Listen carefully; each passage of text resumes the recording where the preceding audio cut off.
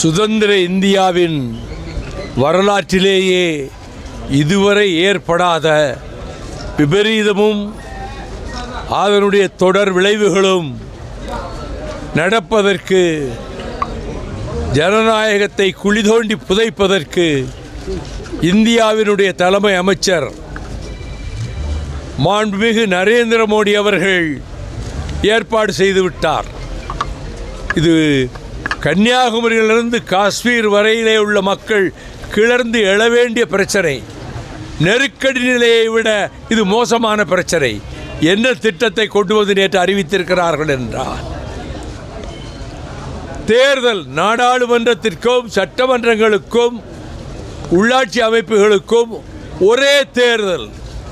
இது நடைமுறையில் சாத்தியமற்றது மட்டுமல்ல, ஒரு சில நாடுகளில் இருக்கிறது என்று சொல்கிறார்களே, அங்கே ஜனநாயகம் கிடையாது.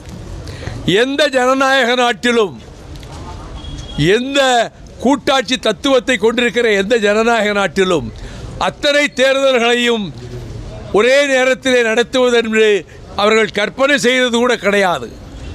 ஒரு 3 மாநில அரசுகள் கவிழ்ந்து விட்டன என்று உதாரணத்துக்கு எடுத்துக்கொள்வோம். அப்படி என்றால் அதற்கு அடுத்த தேர்தல் வரை இந்த 3 மாநிலங்களும் காத்து கொண்டிருக்க வேண்டுமா? இது எப்படி நடைமுறையில் சாத்தியம்?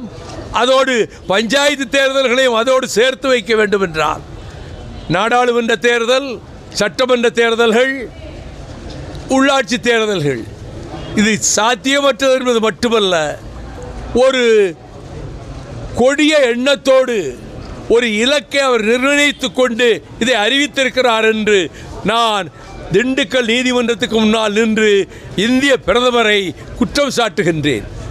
அவர் இந்த பிரதம மந்திரி பதவி வேண்டாம், நாம் அமெரிக்க குடியரசுத் தலைவரை போல குடியரசுத் தலைவர் ஆகிவிட வேண்டும் என்ற உள்ளக்கிடக்கை அவரிடம் இருக்கிறது.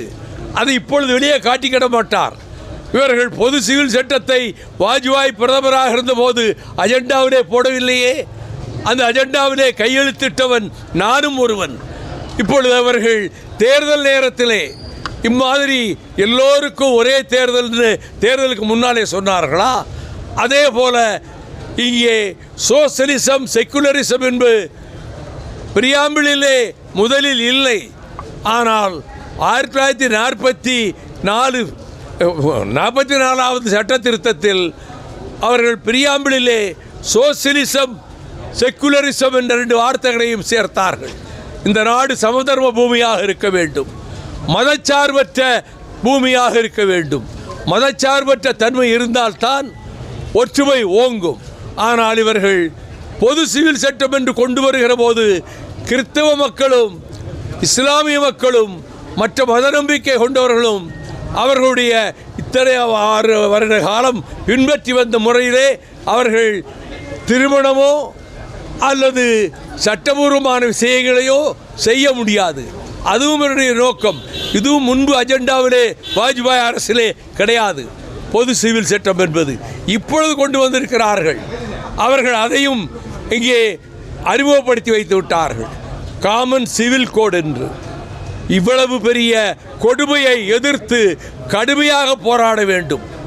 ஜெர்மனியிலே ஒரு அடால்ஃப் ஹிட்லர், இத்தாலியிலே ஒரு பெனிட்டோ முசோலினி, அதை போல இடியமின், இவர்களுடைய மனப்பான்மை நம்முடைய தலைமை அமைச்சருடைய உள்ளத்திலே இருக்கிறது என்பதை நான் நன்றாக உணர்கிறேன்.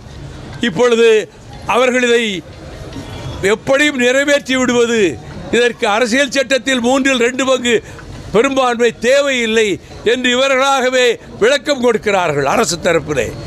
அது 3/2 பங்கு 2 மன்றங்களிலும், சபையிலும், ராஜ்யசபாவிலும் லோக்சபாவிலும் அவர்களுக்கு 3/2 பங்கு ஆதரவு வேண்டும், பெரும்பான்மை வேண்டும். அதையெல்லாம் தள்ளிவிட்டு சாதாரணமான ஒரு முனிசிபாலிட்டிக்கு போடுகிற ஒரு சட்டத்தை போல அவர்கள் இந்த நாட்டினுடைய அரசியல் அமைப்பையே தகர்த்து அவர்களுடைய வழியிலே, இந்துத்துவ வழியிலே, சனாதன வழியிலே அவர்கள் கொண்டு போவதற்கு முயற்சித்து கொண்டிருப்பதனுடைய அடையாளம்தான் இப்பொழுது ஒரே தேர்தல் என்பது. இது எல்லா மக்களையும் பாதிக்கும், எல்லா கட்சிகளையும் பாதிக்கும். மொத்தத்தில் அரசியல் கட்சிகள் அனைத்தும் இதிலே மிகுந்த கஷ்டத்துக்கு உள்ளாக நேரிடும். ஆகவே இதை எதிர்க்கிறோம் என்பதை ஊர் ஊராக சென்று சொல்லி இந்தியாவிலே இருக்கக்கூடிய மக்களை திரட்ட வேண்டும்.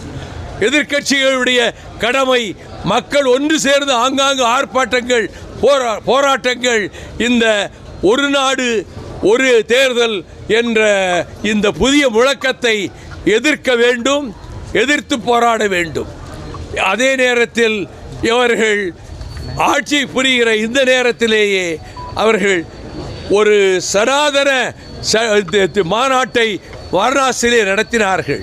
அதிலே 32 பக்கத்துக்கு ஒரு அஜெண்டா, ஒரு தீர்மானத்தை பிரகடனம் செய்திருக்கிறார்கள். அதன்படி இனிமேல் இந்தியா என்ற நாடே யாரும் அழைக்கக்கூடாது, பாரத் என்று தான் சொல்ல வேண்டும். டெல்லி தலைநகராக இருக்காது, தலைநகரம் வாரணாசிக்கு மாற்றப்படும். கிறிஸ்தவர்களுக்கு ஓட்டுரிமை கிடையாது, முஸ்லிம்களுக்கு ஓட்டுரிமை கிடையாது. இதையெல்லாம் வைத்து அவர்கள் இந்த தீர்மானங்களை வைத்து அவர்கள் ஒரு மாநாடு நடத்தினார்கள் அண்மையிலே. இதுதான் அவருடைய நோக்கம். நாம் இறை வழிபாட்டுக்கு விரோதிகள் அல்ல. அவரவர்கள் விருப்பப்படி இஸ்லாமியர்கள் அவர்கள் தொழுகை செய்யட்டும், கிறிஸ்தவர்கள் ஜெபம் செய்யட்டும், அந்த பௌத்தர்கள் சமணர்கள் அவர்கள் மத நம்பிக்கையின்படி வழிபாடு நடத்தட்டும், நாத்திக கொள்கை கொண்டவர்கள் பகுத்தறிவாளர்கள் அவர்கள் தங்களுடைய கருத்தை சொல்லட்டும். இப்படி எல்லோருக்கும் வாய்ப்பு கொடுக்கக்கூடியதுதான் மதச்சார்பற்ற தன்மை. ஆனால் அதையும் போக்கிவிட்டு Christians and Muslims have no voting rights, இதான் அந்த தீர்மானம் போட்டிருக்காங்க. இது மக்களுக்கு ஜாஸ்தி தெரியாது.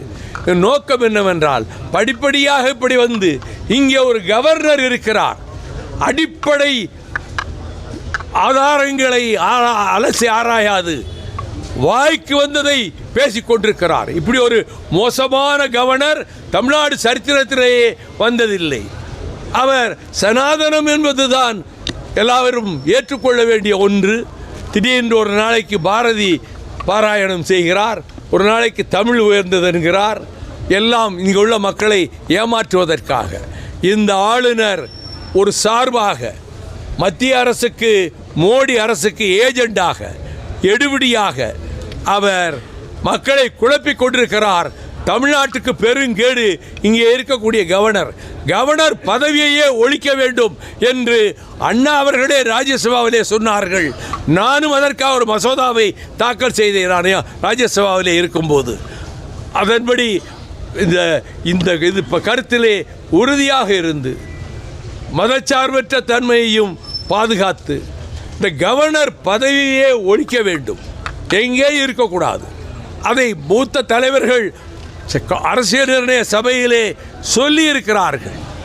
இந்த நேரத்தில் ஒரு மகிழ்ச்சியான செய்தி, குகேஷ் அந்த சதுரங்க போட்டியிலே, செஸ் போட்டியிலே உலகத்தின் சாம்பியனாக வந்திருக்கிறார். தமிழர்களுக்கு பெருமை, இந்திய நாட்டுக்கு பெருமை, நம் தமிழ்நாட்டுக்கு பெருமை. ஆக அப்படிப்பட்ட இளைஞர்கள் இப்பொழுது கல்வியிலும் மட்டுமல்ல இம்மாதிரியான விளையாட்டுகளிலும் அவர்களாகவே பயிற்சி பெற்று உலகத்தினுடைய முதல் சாம்பியனாக வருகிறார்கள். அந்த தம்பிக்கும் நான் வாழ்த்து சொல்ல விரும்புகிறேன். பாதகம் செய்பவரை கண்டால் நாம் பயங்கொள்ளலாகாது பாப்பா, மோதி மிதித்து விடு பாப்பா, அவர் முகத்தில் உமிழ்ந்து விடு பாப்பா. அண்மை செய்திகளை உடனுக்குடன் தெரிந்து கொள்ள இணைந்திருங்கள் இயம்நாடு தொலைக்காட்சியுடன்.